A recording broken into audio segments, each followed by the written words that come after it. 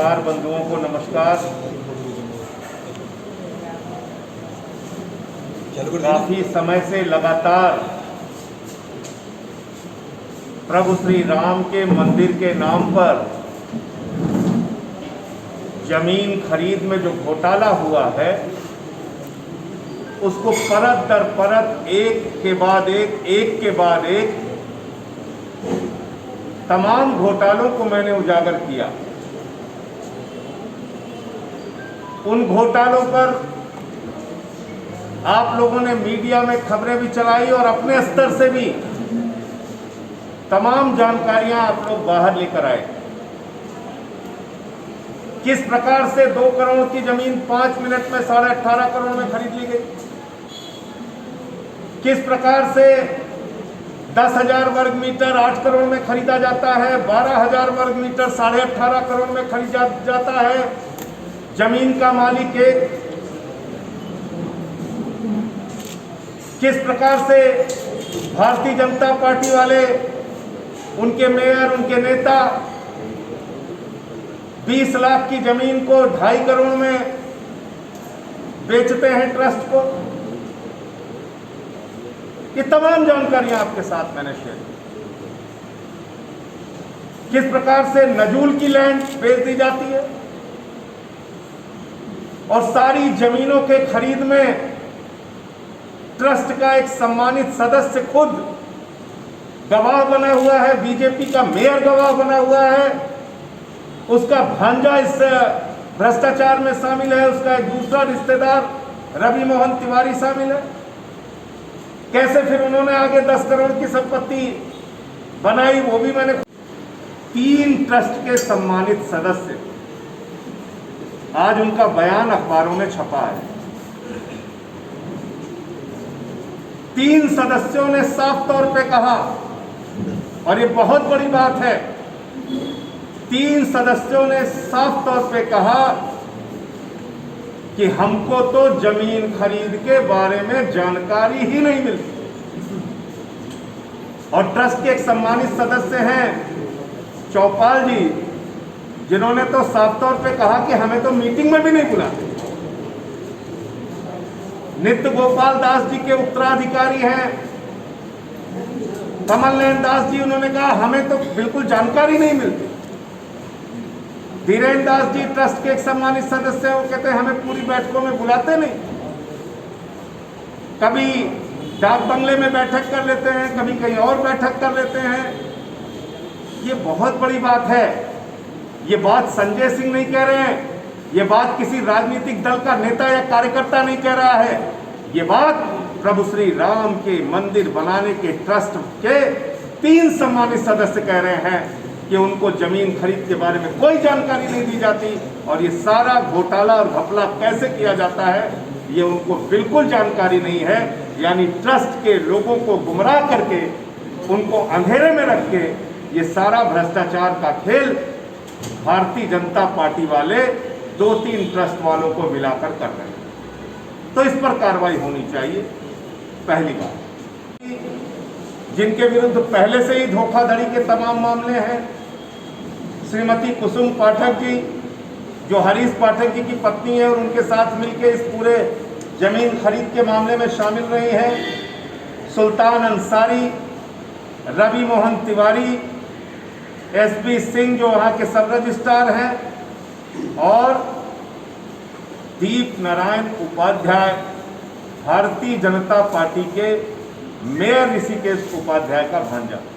इन 9 लोगों के खिलाफ इतनी धाराएं जो मैंने आपको बताया, इन सारी धाराओं में मुकदमा दर्ज करने के लिए मैंने अयोध्या की कोतवाली में इंस्पेक्टर कोतवाली के नाम पे तहरीर दी है। अगर मुकदमा दर्ज किया जाता है तो अच्छी बात है, नहीं दर्ज किया जाएगा तो न्यायालय का रास्ता खुला है, कोर्ट जाऊंगा, इन लोगों पे मुकदमे दर्ज कराऊंगा और करोड़ों लोग, जिन राम भक्तों ने प्रभु श्री राम में आस्था जताते हुए हजारों करोड़ रुपए का चंदा दिया है, उनके साथ जो छल किया गया, उनके साथ जो धोखा किया गया, उस धोखेबाजी के खिलाफ कार्रवाई करवा कर ही मानूंगा। राम का मंदिर जल्द से जल्द बनना चाहिए, लेकिन इन बेईमानों के चलते राम मंदिर नहीं बन सकता। इन भ्रष्टाचारियों के और चंदा चोरों के चलते राम मंदिर नहीं बन सकता। इनके खिलाफ कार्रवाई होनी चाहिए। अयोध्या की कोतवाली में एफआईआर कराने का 9 लोगों के विरुद्ध एफआईआर कराने का निर्णय लिया है। 9 लोगों के खिलाफ मुकदमा दर्ज कराने का निर्णय लिया है चंदा चोरी और भ्रष्टाचार में। इन चंदा चोरों के खिलाफ सख्त कार्रवाई होनी चाहिए और इसमें प्रमुख रूप से जो धाराएं बनती हैं, धारा 34, 119, 120, 169, 202, 403, 405, 409, 420, 423, 120B, 467, 468, 471 भारतीय दंड संहिता। इतनी धाराओं में 9 लोगों के विरुद्ध मुकदमा दर्ज किया जाए और इससे भी ज्यादा अगर धारा बनती हो तो वो भी दर्ज किया जाए और इनके खिलाफ सख्त से सख्त कड़ी कार्रवाई होनी चाहिए। और जिन लोगों के नाम मैंने दिया है इस एफआईआर में, ऋषिकेश उपाध्याय जो भारतीय जनता पार्टी के मेयर हैं अयोध्या के, अनिल कुमार मिश्रा जो ट्रस्ट के सदस्य हैं, श्री चंपत राय जी जो महासचिव हैं ट्रस्ट के, पद थे 760 और चयनित किए गए 207 नौजवान, 207।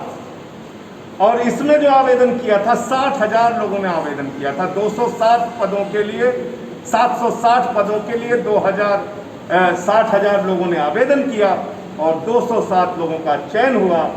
2000 लोग लिखित परीक्षा में पास हुए थे, सबका चयन नहीं किया गया। 207 लोगों का चयन किया गया और 11 जुलाई 2019 से ये लोग आज तक बैठे हुए हैं।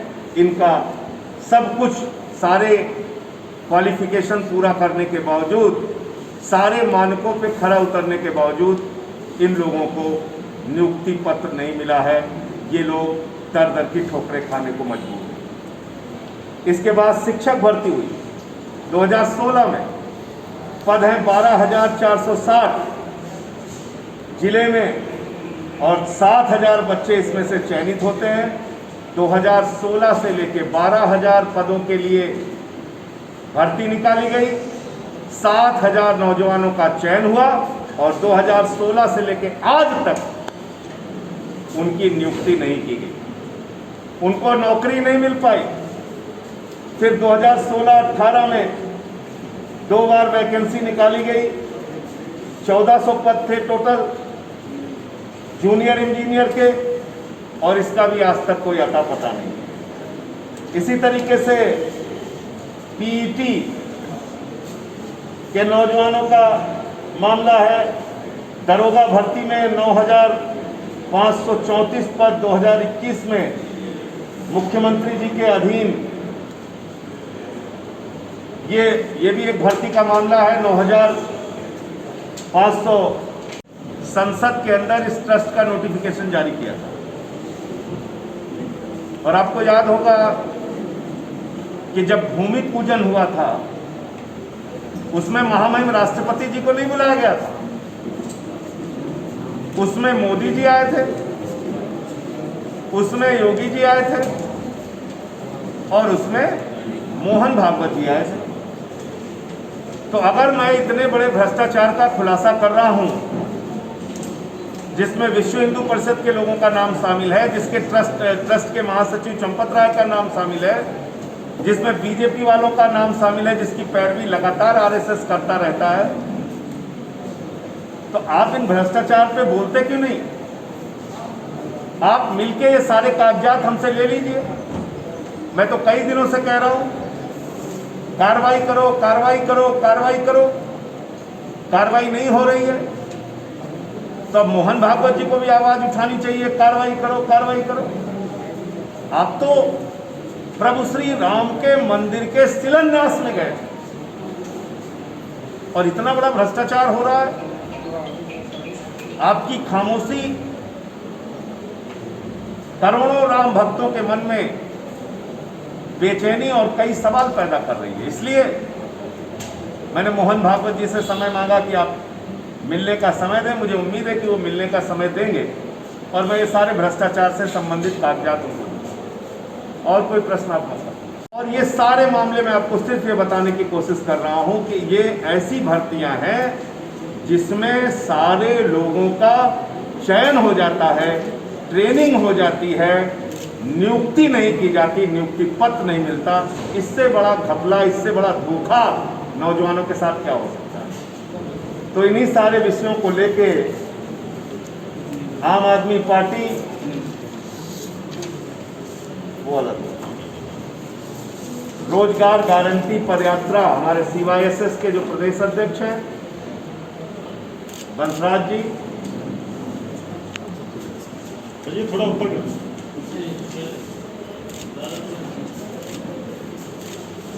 बंसराज दुबे जी जो हमारे CYSS के प्रदेश अध्यक्ष हैं, ये 1 तारीख से इलाहाबाद से पदयात्रा बेरोजगारी के खिलाफ निकालेंगे और ये यात्रा लखनऊ तक आएगी।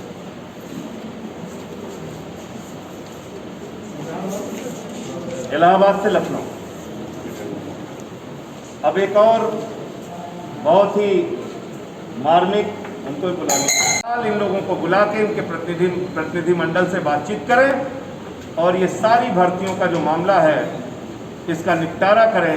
इनके आरक्षण की व्यवस्था जो आपने भर्ती में नहीं की उसको आप कीजिए।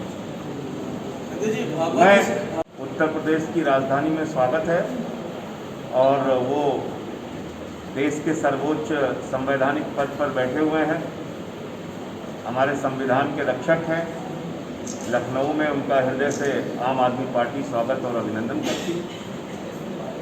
हमारे बहुत सारे महत्वपूर्ण साथी हैं जो आज आम आदमी पार्टी परिवार में शामिल हो रहे हैं। मैं उनसे आप लोगों का परिचय कराना चाहूँगा। नौजवान बेचारे परेशान हैं, वो कहते हैं इतना रोजगार दे दिया तो हम धक्के क्यों खा रहे हैं, इतना रोजगार दे दिया तो करोड़ों नौजवान उत्तर प्रदेश के क्यों भटक रहे हैं। चलिए, जो आपने रोजगार नहीं दिया उसका हिसाब छोड़ देते हैं।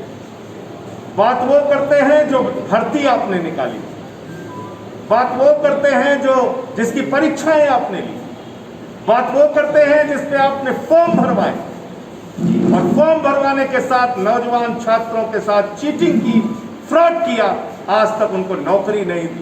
बात करते हैं उस पर। ये पहली भर्ती उत्तर प्रदेश में दरोगा के लिए 3,307 पदों के लिए चयनित किए गए 2486 बच्चे और आवेदन जानते हैं कितने बच्चों का आया था?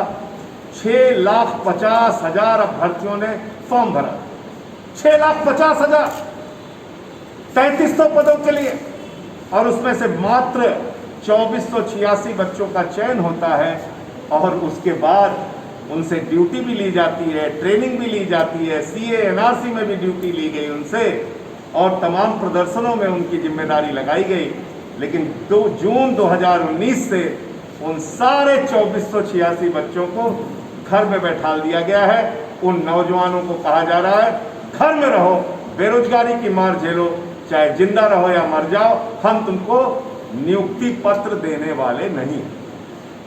जिनकी ट्रेनिंग हो गई, जिनको ड्यूटी लगा दी आपने, जिनका चयन हो गया, ऐसे नौजवानों को आप नियुक्ति पत्र नहीं दे रहे। आगे बढ़ते, लखनऊ में बहुत सारे दिव्यांग साथी धरने पर बैठे हुए।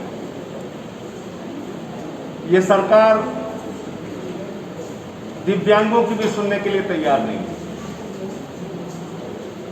एक भर्ती निकली वर्ष 2018 में, वर्ष 2018 की भर्ती 68,500 शिक्षकों की भर्ती की और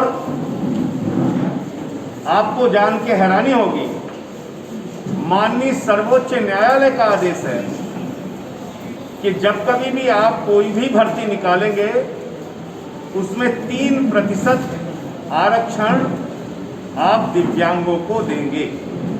कोई भी भर्ती आप निकालेंगे 3% आरक्षण दिव्यांगों को देंगे। ये किसका आदेश है? ये मेरा आदेश नहीं है, ये माननीय सर्वोच्च न्यायालय का आदेश है, ये सर्वोच्च न्यायालय का आदेश है। तो मैं योगी जी से पूछना चाहता हूं, बड़ी बड़ी बातें प्रधानमंत्री जी और आप लोग दिव्यांगों के लिए करते हैं, तो पिछले कई दिनों से लखनऊ प्रदेश की राजधानी में दिव्यांग धरने पर कैसे बैठे हुए हैं? आपने एक भर्ती 2018 में निकाली शिक्षकों की, उसमें दिव्यांगों के पद के लिए आपने क्यों नहीं आरक्षण दिया? क्या गुनाह है इनका?